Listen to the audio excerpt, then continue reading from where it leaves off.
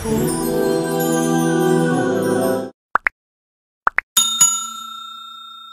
شما از زردی دندان خود و سیاهی دندان خود شرم دارید؟ غمگین نباشید. طبابت این دندان های خنک گرفته و اینچنین سفید کردن دندان ها، اینچنین راست کردن دندان های کج شده، دکتری دندان در فدراسیای روسیه شهر مسکو در رقم های روی اکران بوده در تماس باشید. و الصلاة و السلام علی رسوله محمد و علی آله و اصحابه و ازواجه و ذریاته و اهل بیته و سلام. بعد حمد خدا و درود و رحمت بی پایان بر روح پیامبر بشیر نذیر، سرور کائنات، مفخر موجودات، تمیمه دور و زمان، منجی عالم بشریت یعنی حضرت محمد مصطفی صلی الله علیه وسلم. السلام علیکم و رحمت الله و برکاته.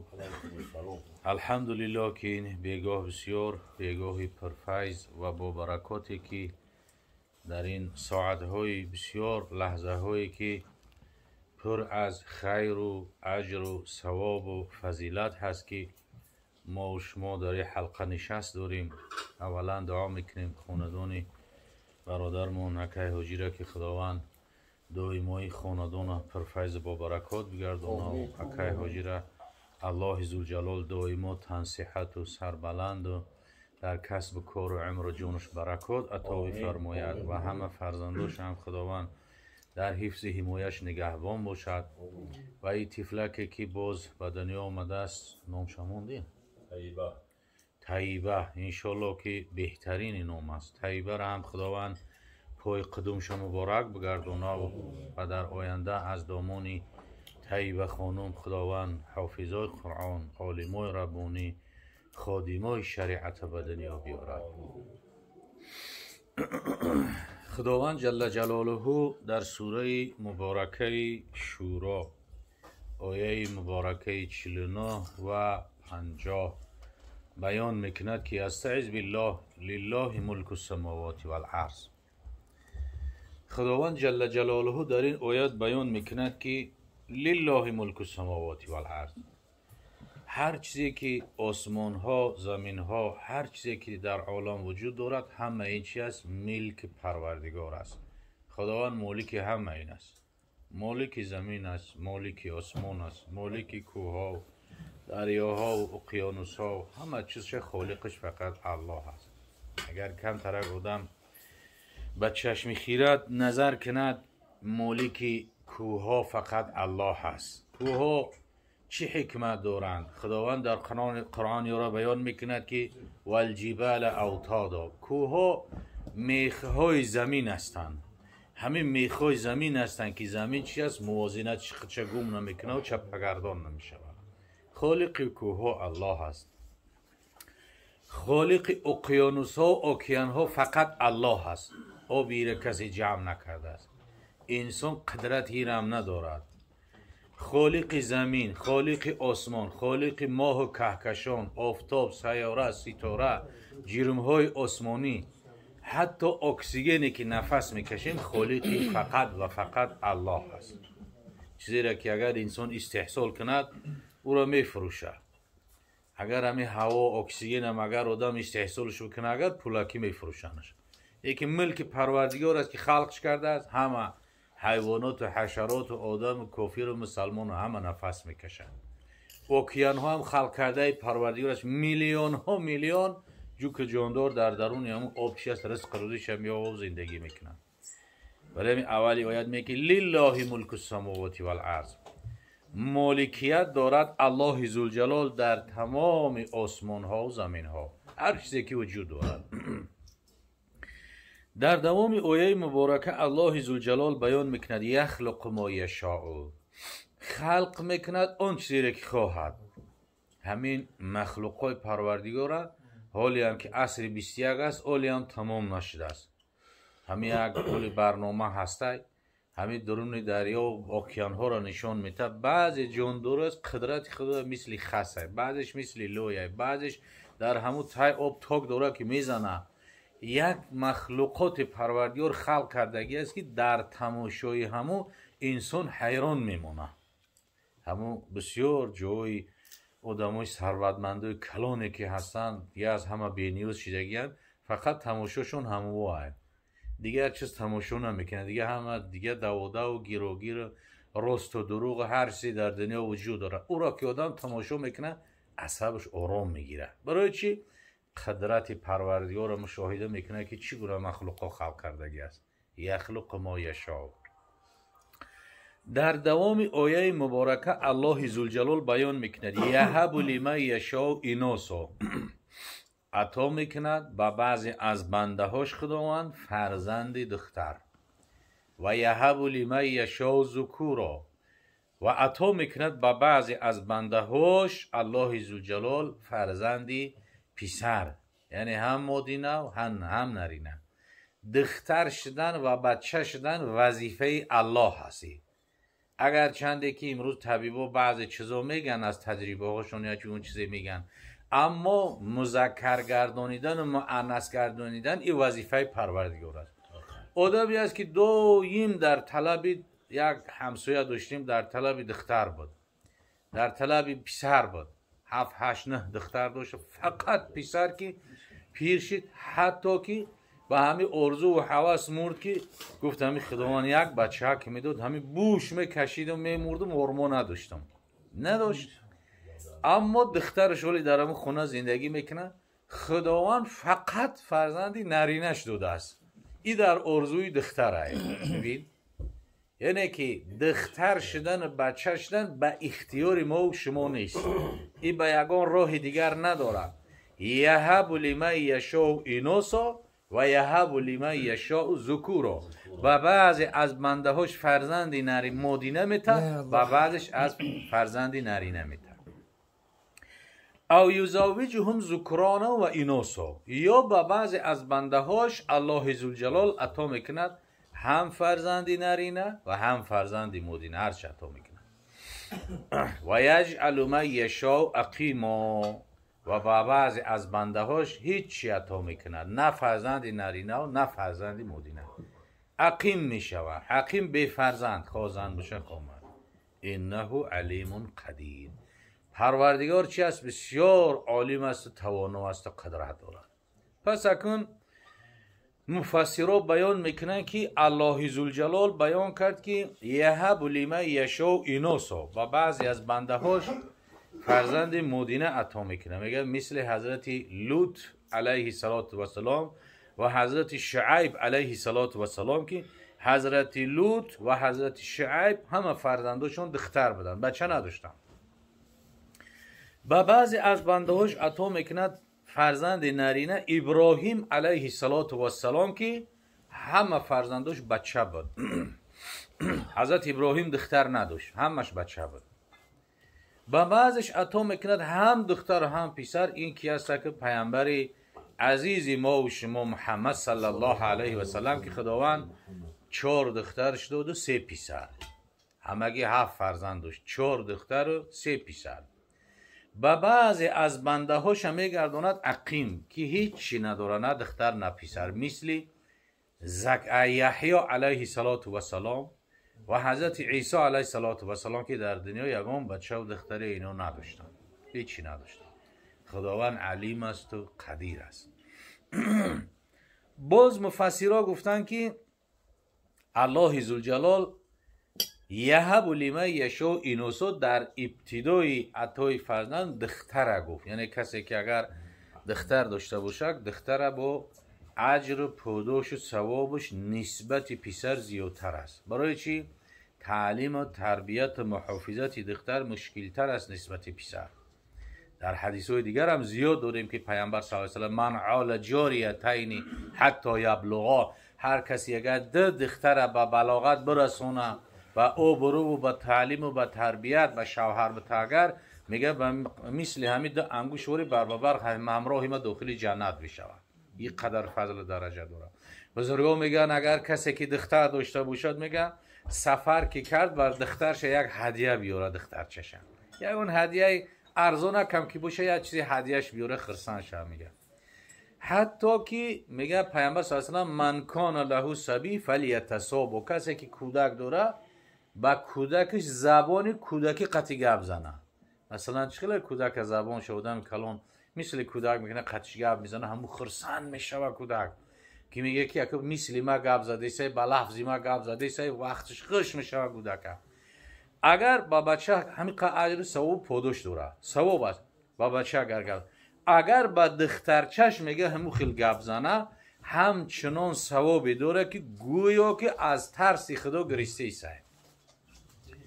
آدم وقتی که از ترس خدا و عشق خدا اشک میریزونه گریه میکنه، کسی با دخترچش همین خیل با زبانی و گپ زنه خرسندش کنه همین قدر ثواب داره. خب پس اگه مسئله در بابی اینجا گفتن عقیقه معلومات بتین گفتن عقیقه خودش چی است؟ چی معنا دارد؟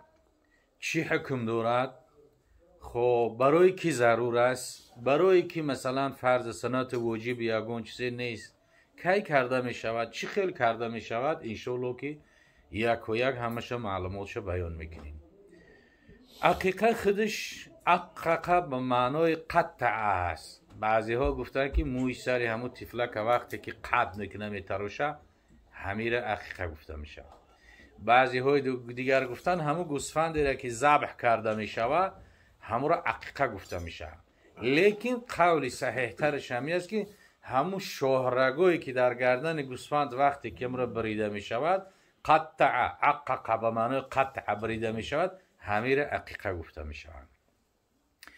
عقیقه حکمش چی است؟ در مذهب ما و شما مذهب حضرت امام اعظم ابو حنیفه رحمت الله علیه چیه سنت است. خب سنت است برای کسی که البته که دسترس باشه، ولی در بعضی کتابو میگه اگر معسر هم که باشه دسترس هم که نباشه میگه کردنش میگه سنت هست، اگر بکنه ثوابش در میوبه. فقط در مذهب امام احمد حنبل رضی الله تعالی عنه، مذهب امام احمد حنبل در اینجا حکمش به واجب رسانیده است. یعنی که حکمش به واجب رسانیده است که هر کسی که مثلا که صاحب فرزند میشود حکم عقیقه رو حضرت واجب گفتن. با دردش است که میگه ولو این که دراز هم که عمرش نباشد، اما عمرش هم کودکی هم دکی باشه میگه عقیقه را باید بکنم. لیکن در مذهب ما و شما وقتی دسترس باشه پدرش اگر باباش هم که کنه مثل همین خوندانی که هستن همین رفتار رسول اکرم صلی الله علیه و سلم کرده بودن که وقتی که حضرت امام حسن تولد شد رسول اکرم صلی الله علیه و سلم یک گوسفند برای حسن کشت، عقیقه کرد. زمانی که یک سال بعد حضرت امام حسین رضی الله تعالی عنه تولد شد، پیامبر صلی الله علیه و سلم هر دی عقیقه نبیراشون خودشون کردن. انا که چیز وقتی که رسول اکرم عملی را کرد این چی می شود که سنت می شود، سنت فعلی. خب عقیقه که حکمش معلوم شد، خودش معلوم شد که چی است. قبل از انا عقیقه کی کرده می شود؟ در روزی 7 روزگی پیامبر صلی الله علیه و سلم میگه تذبح عنه یوم السابع، در روزی 7 به خاطر همون چی است که ذبح کرده می شود. خب و یحلق سرش تراشیده می شود و یسم نامونیده می شود. انا که خودی 7 روزگی ده، باز در مثلا که اخبار اومده است 14 روزگی و 21 روزگی در همه روزا اگر بکنه سنت هم ثواب سنتش میو و هم اجر ثوابی بیاندازه. اگر به شرطی که تو 21 روزگی همه بین هم یگان روزش هم که بکنه سنتش به جا میاد، درست میشه. از او وقتی که گذشت دیگر او صدقه نافله میشود. خب و وقتی که طفل به دنیا آمد یکی از استحباب است میگن تحنیک. تحنیک گفته به زبان تاجیکی خودمون کام شیرین کردن. اما پیشترا بود مسافیدا و مثلا کمپیرای همی مردم های خودمون یگان کس یگان فعل همی داشت، بعد میگن فلانی در دهنش توف کردگی، گفته مقصد که فعلی امورا گرفتگی همتری گپو بود، همتری میگفتن. همین گپو ریشه داره، اصل داره. اصلش همین است که تحنیک همین است که انا رسول اکرم صلی الله علیه و سلم وقتی که یگان طفل به دنیا می اومد از مهاجر یا انصار اولین کاری که میکردن میشستن پاک میکردن در یک خرقه میپیچوندن به نزد رسول الله صلی الله علیه و سلم میآوردن و پیامبر صلی الله علیه و سلم یک خرما را کم ترک میخوید از شیره همون خرما در کام همون طفل میشکید میمولید. همین را میگن تحنیک. همین چی است از باب استحباب است. اولین کسی را که رسول اکرم صلی الله علیه و سلم در تاریخ تحنیک کرده است عبدالله ابن زبیر است، پسری اسماء، یعنی با گفته خودمون پسری قیسنگلی پیامبر صلی الله علیه و سلم. وقتی که عبدالله ابن زبیر تولد شد در یک مهاجرو رفتن در هجرت، همین قدر صحابه خرسان شدن که هر کدومش یکدیگر شد تبریک میکرد، تهنیت میکرد، خرسندی میکرد. برای چی؟ به خاطر که تا رفتن به هجرت یهودی ها آوازه کرده بودن برای مسلمان ها که ما مسلمان ها را یهودی ها گفتن که اونا را سحر کردیم، جادو کردیم، محکمشون کردیم، دیگه از مسلمان ها نسل به وجود نمی آید، یا را ما جادو کردیم بستیم. یهودی ها اعلان کرده بودن. یک چند مدتی از مسلمان ها کودک تولد نشد و زمانی که حضرت عبدالله ابن زبیر به دنیا آمد همه قدر صحابه خشنود شدن، خرسان شدن که پیامبر صلی الله علیه و سلم گرفته به نزدش بردن عبدالله ابن زبیر و پیامبر صلی الله علیه و سلم تحنیکش کرد. تحنیکی که رسول الله صلی الله علیه و سلم کرد چی فایده دارد؟ حکمتش چی است؟ برای چی همین کار پیامبر صلی الله علیه و سلم کرد؟ انا اکنون حکمت تحنیلی که رسول الله صلی الله علیه و سلم کردن، اول اینکه وقتی که کودک از مثلا بطن مادر که به دنیا می آید از یک جای خوب به جای می براید که یک محنت و مشقت سر می شود. و یک جای شده بودیم، بعد یک نفر گفت که یک آدم در فلان آدم در زندان بیگناهند. بعد یک کورکن دیگر مقصد آدم قانوندان گفت بیگناه کسی نیسته، همین کسی که از مادرش تولد میشه و علاکه و گناه داره. تولد میشه و گناه داره. خب انا که چی است که تحنیک؟ وقتی که کودک تولد میشود از مادر، وقتی که به دنیا میآید از یک جای میبروید که در همو درون همو بطن مادر برای کودک چی بود؟ همه شرایط کامفورت بود دیگه، نه آب، نه اوقات، نه لباس، نه تویستون میفهمه، نه زمستون میفهمه، نه فرق با او داره، نه بیرون رفتن و نه خلاجا و همین تا یک شرایط پروردگار برای او کردگی در کارخانه خودش که او را دیگر انسانیت قدرتی او را نداره. وقتی که به دنیا آمد علاکه چی است؟ بعد برآمدن گریه را سر میکنه و بعد برآمدن همون کودک قندی در وجود بدگیش پست میشود، قندناکیش پست میشود. پیامبر صلی الله علیه و سلم به یگان چیز دیگر نی مخصوص به خرما قطع کرد. در ترکیب همین خرما گلوکوز وقتی که زیاد است، همون گلوکوز را وقتی که مثلا شیرینی را در کامش که شکید، همون قندناکی وقتی گلوکوز با وجود همون کودک را قوت میگیره. یکم حکمتش قوت میگیره، دویم حکمتش که کودک شیرینی را دوست میداره و خرما را وقتی شکید همون شیرینی را تو چند میفورد و او را مکیدن میگیره. در قپیدن و مکیدن پیستون مادر کمک میشود. انهی حکمتی تحنیکی که رسول الله صلی الله علیه و سلم 1400 سال پیش همین کار کرده بود. بعد یک مثلا تحنیک کردن کودک در گوش راستش اذان و در گوش چپش قامت گفته میشه. همین اذان قامتی که در نماز میخونیم همین گفته میشه. یعنی کلمات اذان گفته میشه در طرف مثلا گوش طرف راستش بلند کلمات اذان میگه، طرف چپ میورنش مثلا کلمات قامت میگن، در حقش دو میکنن. حکمت این چیست؟ اینم در حدیث اومده است که ابی رافعه بیان میکند که پیامبر صلی الله علیه و سلم دیدم در گوش حسن، امام حسن در طرف راستش اذان و در گوش چپش قامت گفت. امام حسین هم دیدم پیامبر صلی الله علیه و سلم اذان قامت گفت. و خاطره که اولین چیزی که در گوش طفل صدا بوده این صدای الله اکبر باشه. صدای الله اکبر و صدای اذان یکی از خاصیتاش همین است که در گوش کدام طفلی که همون روز اگر اذان قامت گفته شود تا زمانی که او کودک زنده است از کسل اومی سیبیون نجات می‌یابد. اومی سیبیون از جینیات هست که معناش مادر کودک ها. اومی سیبیون در کودک در زنک ضرر میده. انا وقتی که همون از آن قامت گفته شد با او کودک ضرر داده نمیتونه دیگه اومی سیبیون.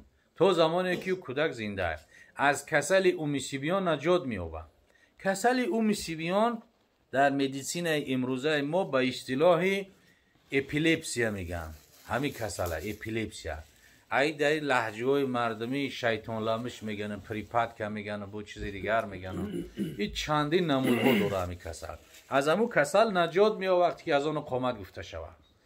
اینا ببینه که یکی از خاصیت های از آن ببین که تمام جنیات از وجودش نیست میشود. ولی امر قیه خانوان بعدش پیش قیه خوندن اذان بلند میگن. در اذان بلند جین دیگه طاقت کردن نمیتونه، میسوزه، میگریزه، خودش دفع میکنه، گو میکنه. و در اذان شنیدن به اخلاص گوش کردنش الکی اعصاب آدم در یک آرامش پیدا میشود. این شعار اسلام اذان. اینه که حکمتی چی؟ اذان و قامت گفتن در گوش طفل. بعد تحنیک، بعد اذان و قامت گفتن که در 7 روزگی خب بچه باشه مثلا ختنه کرده میشه، دست حلال کرده میشه. دست حلال کردن در 7م روز برای چی؟ مثلا چی است؟ در 7م روز است. در دیگر روزانه به خاطر که در 7م روز حکمت 7م روز همین است که اگر 7م روز دامورا مثلا که دستش حلال کنن اندک پس صحتش دراو می شود و خونروی کم کک داره. یعنی با اصطلاح امروزه بگیم کراواتی چینی نمی شود. همین 7م روز دستش حلال کنی کراواتی چینی نمیشه، یا کم کک پوست می برویه و دراو جوش صحت می شود. و این چی از سنتی ما مسلمان ها است که بچه ها که دستش حلال میکنیم، دستاشون حلال میکنن رنگ مسلمان ها بوری. اونا چی است؟ از حکمتی بخبر شدگی هستن. هر سال در دنیا چندین میلیون نفر مردم میمرن از همون کسل رگه که از همون واسطه میکروب ویروسی که در همون تای پوست جمع میشه از همون میمرن. غیر مسلمان ها از این چی هستن؟ از این کار مثلا که دور هستن که پاک میکنن، توزه میکنن. خب این چی هست که در 7م روز ختنه کردن و در 7م روز ذبح کردن. بچه باشه 2 تا، دختر باشه 1 تا گوسفند. اگر بچه هم که باشه 1 گوسفند هم کفایه میکنه، چون که رسول اکرم صلی الله علیه وسلم امام حسن هم 1 تا گوسفند خشقور ذبح کردن، در امام حسین هم 1 تا کردن. اگر 1 تا هم باشه کفایه میکنه. خب بعد ذبح کردن، ختنه کردن، اگه چی از سر تراشیدن. حضرت رسول اکرم صلی الله علیه وسلم وقتی که حضرت امام حسن تولد شد، حضرت فاطمه را گفت یا فاطمه احلق رأسه، و یا فاطمه سر حسن بتراش. اینا ببین که در 7م روز پس کردن و قصر نیامد است، کوتاه کردن نیامد است. مثلا با ماشینکای نولوی هم که بگیری نمیشه، حتما حلق آمد است، تراشیدن. همین باید بتراشش. کاری مشکلی نیست، اگر چنده امروز در نظر منمی کار مشکل میتوه. فقط همی که چربی دوره روغنوکیش هم را یک میشوی کم ترک توزش میکنیم. هم تمی تراشیش در زمان پیامبر سرسم در همی زمانو پیش کجا دیتری تیغا بود. یک تصمیم به در همون تیغا تیز میکردن و در سنگ تیزش میکردن. امروز الحمدلله 100 نمود بریتیوه و لیزویه برامدگیه که چند نمود قطعی هر طرفی بخواهی میتراشی میگیریش. تراشیدن موی سر. حکمت تراشیدن موی سر در 7م روز چی است؟ برای چی؟ پیامبر صلی الله علیه و آله در 7م روز گفتن، حلق امر کردن. به خاطر که وقتی که موی سر در 7م روز تراشیده شد، بعضی از ویروس و میکروبایی که از همون تخمدان زن وقتی که کودک تولد می شود در همون از خون است، چرک است، زرداب است، بعضی چیزا همراه هست. وقتی که همون موی سر که تراشید شوش تازش کرد از همون پاک می شود. یک قصه چند بار گفتگی بده میشم را انا سخن خیره میگه ذکرش هم خیره. در بریتانیا کبیر از مردمای اردو زبان همی پاکستانی ها زندگی میکنن. همونجا چندین سال مردمی هم وطندار شدگی هستن.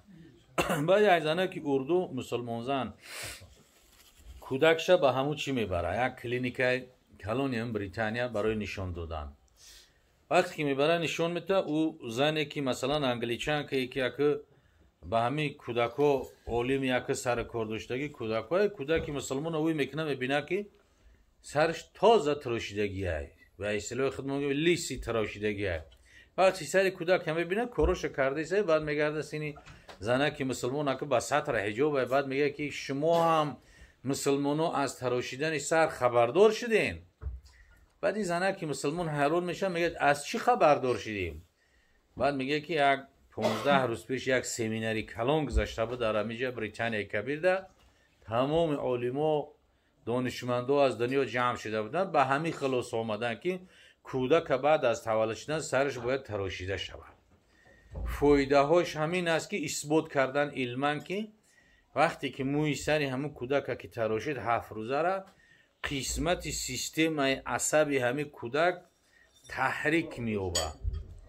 تحریک شب از زبانی بگیم ما که فهموترش بگیم به مردم خودمون وزبوجدت سا میشه و همین پوستی سرش وزبوجدت سا میشه و تحریک میوبه کودک. وقتی که تراشیدش موهی توزه نو میبروره و در همین سیستم اعصاب میگه چی از اعصابش ده فایده داره. قسمتی همین سر پیامبر صلی الله علیه و سلم در بسیار حدیثو بیان کرده ولا تضربوا الوجه، درو نزنین. همین درو زدن به مشت بلغت رو پیامبر صلی الله علیه و سلم منع کرده است. برای چی منع کرده است؟ حکمت منع کردنش چی است؟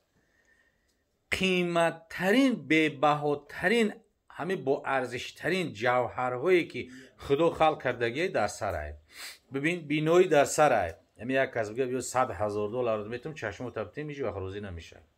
از $100,000 همین چشم دی بینایی قیمته.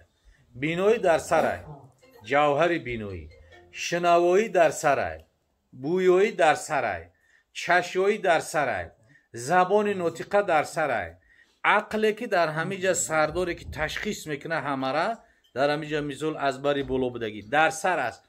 وقتی که میره مشتلقات خطی کوبیدن که گرفتی دیگر یک نعمت پروردگار رو گویا ناشکری کردیسه، نوچمرداری کردیسه.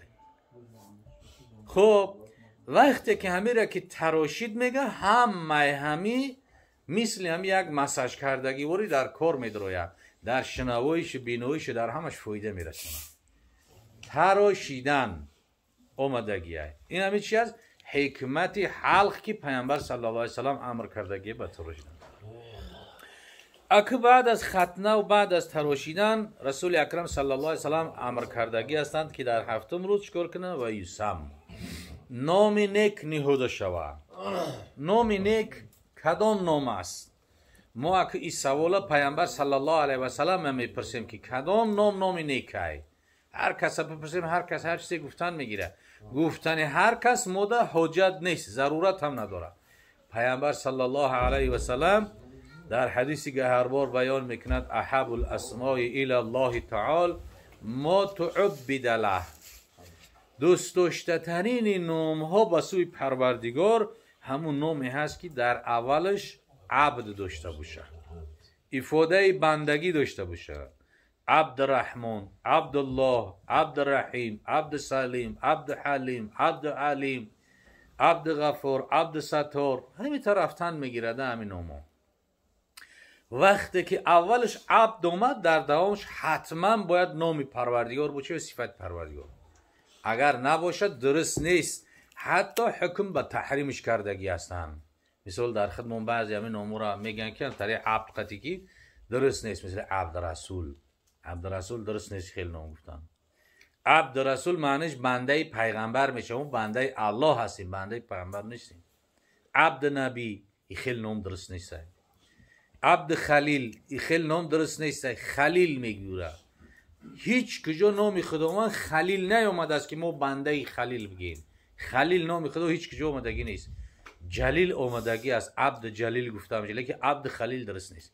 یعنی هر نامی که عبد اومد در دوامش باید نام خداوند باشه و صفت پروردگار باشه. دیگر نامو باشه درست نیست. مثلا در زمانهای انا جاهلیت بود عبد العزا نام داشتن، ناموی بت هم میگفتن عبد العزا، عبد المنات، منات، لات و عزا و منات و حبال، همون نامای به تو بدن هم مختلف. یا عبد شمس میموندن، نامی چی از بنده افتاب. پیامبر صلی الله علیه و کسی را پرسید، عادت مبارک پیامبر صلی الله علیه و همی بود که نامی آدم همی پرسید.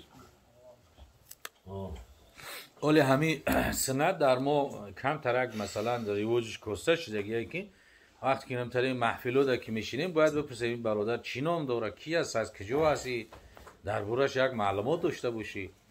نه همین سنتی ما را امروز خیلی قدر نمیکنیمش. بابادی فراموشی رفتگیه روسون میکننشو دوای پزنکم تیس میگو شنوس میشن یک دیگر قطعی مونه. پیامبر صلی الله علیه و آله میپرسید، کسی را پرسید نامش چیه؟ گو عبد شمس، معنیش بنده افتاب. پیامبر نامش در آوردن، گو نه تو عبدالله، تو بنده الله هستی. یا حفظ عبدالعزا هم تری نامو را میپرسید. یا کسی را پرسید نام چیه؟ گو حرب. اینا پیامبر صلی الله علیه و آله چیکار کرد؟ معرکه نام حرب نقض نمیدید پیامبر صلی الله علیه و آله. حرب در خدمون جنگی میشه، هم تری نماز که جنگی و جنگی خونو. همه جنگ چی خوبی ها داره که فرزند تا جنگ میمونی نامشن؟ چی خوبی ها داره؟ کشتار، خونریزی، خون آتش زدن، زنا بیوه موندن، کودکو یتیم موندن. همه چی خوبی داره که نامش جنگی میمونی. پیامبر صلی الله علیه و سلم وقتی که حضرت امام حسن تولد شد، بعدا اومد حضرت علی رضی الله تعالی عنه را پرسید که یا علی، گفت این نبیرک مگو نامش چی موندی؟ گفت حرب. همین نام حرب حضرت علی دوست میدوشه. گفت نه، گفت نام فرزند من حسن است. بعد یک سال گذشتن باز پیامبر صلی الله علیه و سلم وقتی که گذر کردن اومدن حضرت امام حسین تولد شد. حضرت امام حسین باز حضرت علی را باز پیامبر صلی الله علیه و سلم پرسید که یا علی، گفت نام فرزند من چی مونده؟ گفت حرب. گفت نام حسین. نام را پیامبر صلی الله علیه و سلم مونده که اسیر حسن حسین. حرب پیامبر صلی الله علیه و سلم نخواست.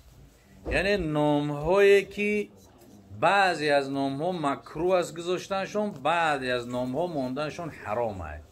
اونانی که مثل عبدالعزا و عبدالمنات و عبدالشمس و این نام ها هستن یا حرام هستن، چون که افاده بسوی چی میشه؟ بنده افتاب و بنده لات عزا و دیگر.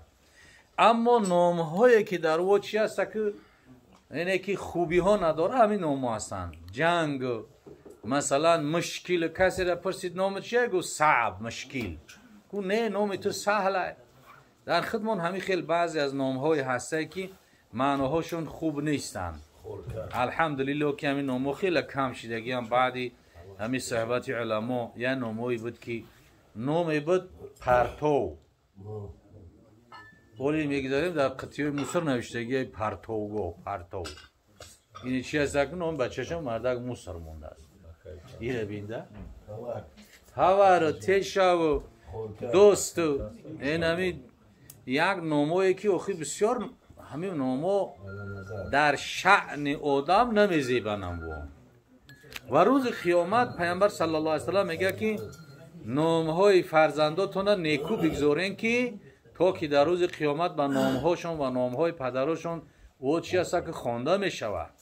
بعد در همون بر روز محشر یا نام بیزیر بگیرن. گریز اینا ببینده همه گریختن چیه؟ ترس لرز گریختن و اکثر خیلی نام ها زیاد هستن. پیامبر صلی الله علیه و سلم در دیگر حدیث مبارک بیان کردن که اذا ابردتم الی بریدا فابعثوه حسن الوجه و حسن الاسم. هر وقتا که کسی را به سوی من برید، یعنی اذا ارسلتم الی رسولا می شود، کسی را که رسول فرستادیم به طرف من، پیامبر صلی الله علیه و سلم میگه کسی را فرستین که نام نیک داشته باشد و روی نیک. نام نیک فهمیدیم که چی نام بوده است؟ نامی که عبد داشته باشه، نامی که در اخیرش الله داشته باشه، فیض الله، شمس الله، مثلا دیگر یا که رحمت الله، یا در اخیرش دین داشته باشه، یا نامای پیغمبرای پیشینه مثل حضرت اسماعیل و ابراهیم و حضرت مثلا الیاس و شیس و دیگر. نامای ملائکه هم موندنشون درست هسته. از نامای پیامبر صلی الله علیه و سلم که خیلی نامای زیاد است از اون موندن درسته. همین چی هست که نامی خوب و روی خوب. کسی را فرستین که نامی خوب داشته باشه و روی خوب. اذا ارسلتم الی فحسن الوجه و حسن الاسم. اگه حسن الاسم شد فهمیدیم که نام نیک چی بوده است. روی نیک کدام رو است؟ روی نیک محدثا بیان کردن که همون روی آدمی که نماز تهجد داره. در تاریکی شب آدم تهجد خوان، در نصف شب سیاهی شب وقتی که عبادت خدا میکنه، سجده میکنه، به درگاه پروردگار نیایش میکنه، در روز او رو نور داره. در روز مثلا سفید بگو که سفید همین مثلا غیر دینام سب سفیده رنگ همین آهک دیوال وری همین آهک دیوال کی تعریف میکنه که سفیده؟ هیچ کس و یگان معنی نداره. لیکن اگر حبشی باشه، همین حبشی زنگی نگر اگر که ببینی نماز یا قرآن خونده سه، همون نگره نیک روش نور داره میفورد تماشاش بینی. سیاپوست از حبشی و نگر است، نیک همون سیاهیش ده با نور داره که میفورد تماشاش کنی. انم خیلی رو را پیامبر صلی الله علیه وسلم دوست میشه، روی که در شب طاعت عبادتی زیاد داشته باشه. خب بعد از که چی هست که سر تراشیدن با مقداری وزن موی سر باید که صدقه کنن. با مقداری وزن موی سر، وزن موی سری کودک که 7 روزه چند 2 گرم خمیشه 1 گرم خوب سیرپشم باشه 3 گرم میشه. این به نرخ نقره شکل بسیاری ارزانی خوکیسیه، به نرخ تیلو باشه خیلی چیزی میشه. این نرخ نقره، همین نقره را همین چیزا استوهای همین چیز بدگی زرگرا میپرسیم، نقره پیش قیمت ترین 13 سوم بده، دیگه 10 سوم 8 سوم نقره میکبده 5 سوم.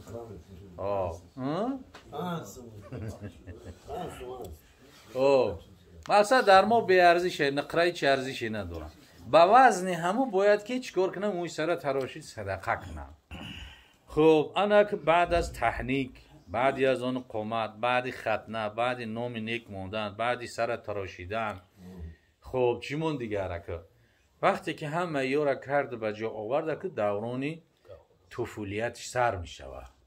دوران طفولیت اگر مثلا که بچه باشه ختنش میکنن، اما انا ثقب اذن میگن. در بعضی مردم ها مثلا گوشوی دخترک باشه شکوفش میکنن. همین خیلی اومدگیه در خودی همین با پیامبر صلی الله علیه وسلم میگه در زمان پیشم که میکردن، وقتی که دید دخترچه‌ها که بردن گوشوشون امتریش سراخ کردن و خاطری گوشوش شدن، پیامبر صلی الله علیه وسلم چیزی نگفت. یعنی امر مباح شدگی است، مثلا گوشوش شکوف کردن برای گوشوش کردن. قسمت های بعضی از مردم خود مونده کمتره. بعضی از مردم دیگه در بینیوشون میجه اکشن مثلا شکوف میگه اون حلقه تیلویی میمونه یا یگون نگینه میمونه. ایشم رخصت های برای همون مردمایی که همین چیزا عادت دارن. مردمای ما اکثر روزی عادت ندارن. خب آخه دوران طفولیت سر میشه، دوران شیرخورگی سر میشه و که البته که در او زمان تحنیک به خاطر میکردن که اولین چیزی که به معده طفل بروه آب دهانی مبارک رسول اکرم صلی الله علیه و سلم میشه. اخه در دوران شیر دادنی البته دیگر وابسته به چی است؟ مادر است. مادر به منزله زمین است. اگر زمین خوب باشه، نهال خوب و گل ریحان خوب به در میکنه، وابسته به زمین است. این مرد چی است؟ به منزله دهقان است، فقط تخمه میکره دیگه همه نشأه نموش چی است؟ وابسته چی است؟ به مادر است. حضرت خواجه عبدالله انصاری پیر هرات خدا رحمت و مغفرتش کنه که بسیار یک شخصیت، بسیار یک ولی بزرگ است.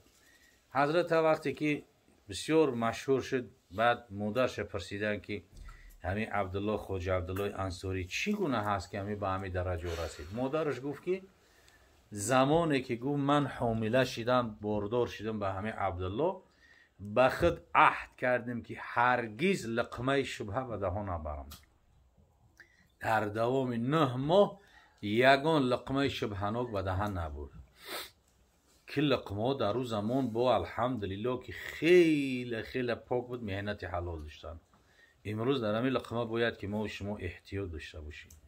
لقمه امروز از بیرون از هر کجا میاد، بت پرستن مثلا میولش در اینجا خیتوی چی است دیگه چی میدونی گوشت خره گوشت سگ یا که مثلا اینجا روس میولش گوشتی خوب روغانی خوب از همه چیزا مسلمان اکم مسلمان از غیر مسلمان به همین فرق داره باید در لقمه احتیاط داشته باشه یکی از خاصیت هایی که مسلمان از همین حرام باید پرهیز کنه حرام خوردن همیست که حرام خوری آدم از توفیق به توفیقش میکنه توفیق شگون میکنه هدایت شگون میکنه رفته رفته نماز بس میکنه روزه را بس میکنه رفته رفته در آخر عمرش نعوذ بالله دیگه میدونی که چی میشیده باشه همین چیز از اثر لقمه هستند پیامبر صلی الله علیه و سلم صحابه پرسید که یا رسول الله چیکار کنم عملی کنم که دعاهای من مستجاب شود حضرت سعد بن ابی وقاص پیامبر صلی الله علیه و سلم گفت که اتیب مطعمک تکن مستجاب دعوه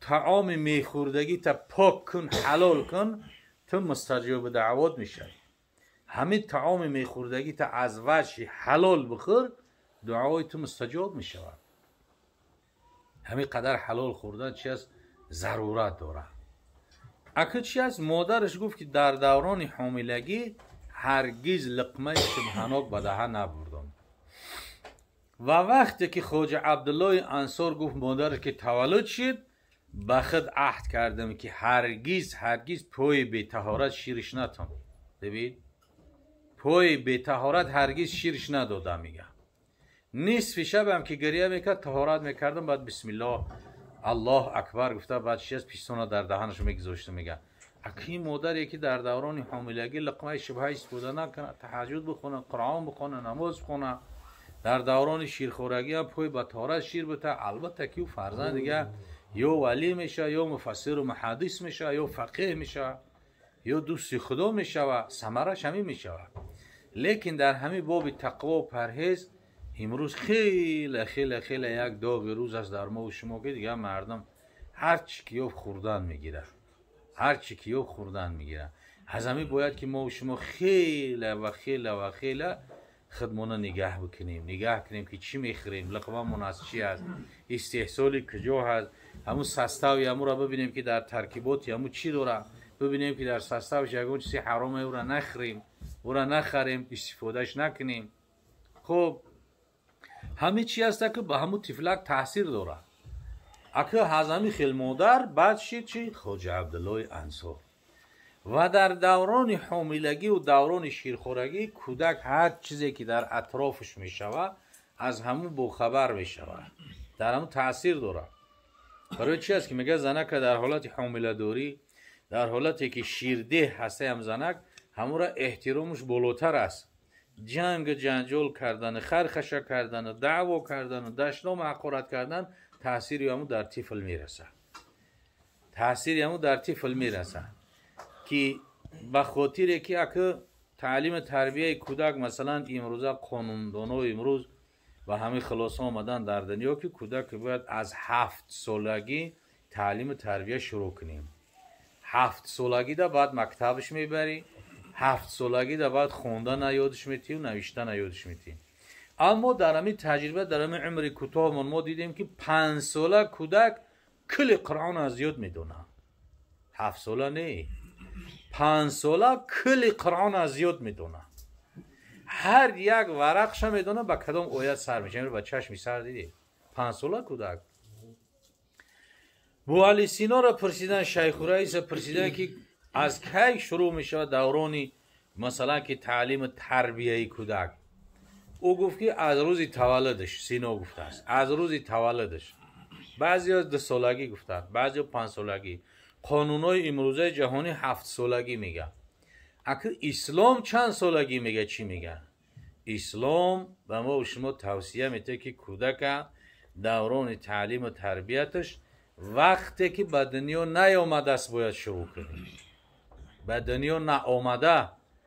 دنیا ناآمده چی گونه او را که تعلیم و تربیت میکنی به دنیا ناآمده پدر و مادر در لقمه احتیاط داشته باشن لقمه شبهه نخورن لقمه حرام نخورن تمام افعال بدی که در وجودشون هست در حالت حامله داری و در حالت شیرخورگی باید که احتیاط داشته باشن اگر پدر و مادر هر روز یک ورقی قرآن بخونن یا یک پاره قرآن بخونن، طفل تولد میشه، خواهم نخواهم علاقه وجودی او به قرآن دیگه آموخته شده، در همون کودکیش علاقه حافظ کل قرآن میشه. تمام این بزرگای ما که امروز با او میفخره، مولای روم و جشن مولای روم و جشن رودکی و جشن امام اعظم و جشن دیگر هر کدام یعنی تاریخشون رو ببینیم در 7 سالگی و 8 سالگی و مثلا 5 سالگیشون حافظای کل قرآن بودن. انما حافظ کل قرآن بودن که امروز نامشون موندگی تا امروز تا قیامت هم میمونه. پس چی است که دوران تعلیم تربیت شروع میشه که این دیگر با وابسته به مادر است. امروز که چی است؟ بعضی رقص بازی شبانه روزه تماشا میبینه. همون کودک کلی نمیدونم 4 ماه 5 ماه هستن، میدک هستن، یک و شتی کنی اگر همه دستاشو تودودان میگیره. اینه تاثیر ببین. برای در دوران حاملگیش هم مادرش فقط رقص بازی تماشا کردگیه، رقص بازی را در گوش رسیدگیه، همون تاثیرش هست. همین کم ترک همون صدا برآوردن دستش جموندن میگیره، رقص کردن میگیره. یک پیانین نواد چند سال پیش برآمدگی بود، خودش که یک پیانین می نواخته است، بعد میمره. از یک دختر تولد میشه، در همین 5 سالگی 6 سالگیش همون دخترچه همون موسیقی هایی که پدرش می نواخته همون رو می نوازه. میگن این از کجا تو میدونی می نوازی؟ میگم یا در ذهنی من هستن، من برای می نوازم. شو ببین در حالت حامله داری زنش همون موسیقی رو می نواخته، تاثیرش به همون این را که در عصر 2021 فهمیدن غیر مسلمان ها. اما اسلام چی میگه؟ 1400 سال پیش ما و شما را چکار میکند؟ میفهموند که در دوران حاملگی و در دوران شیرخوارگی تاثیرش به همون طفلک هست، هر معامله‌ای که ما و شما داشته باشیم. الله ذوالجلال این طفلک طیبه را خداوند بسیار نام خوبی بهترینی از همه در خوبترین است. خداوند طیبه را پای قدمش مبارک بگردونه و در آینده مادری بگردونش که باز از دامون عالما و صالحا و حافظای قرآن و خادمای شریعت به دنیا بیاین. الله ذوالجلال خاندان برادر حاجی را پرفیض با برکات بگردونه و خداوند در حفظ حمایش نگهبانش باشه، در کسب کار عمر جانش خداوند برکات عطا بفرمایه و فرزنداش هم الله ذوالجلال در حفظ حمایش نگهبان باشه و دائما تن صحت سربلند باشه.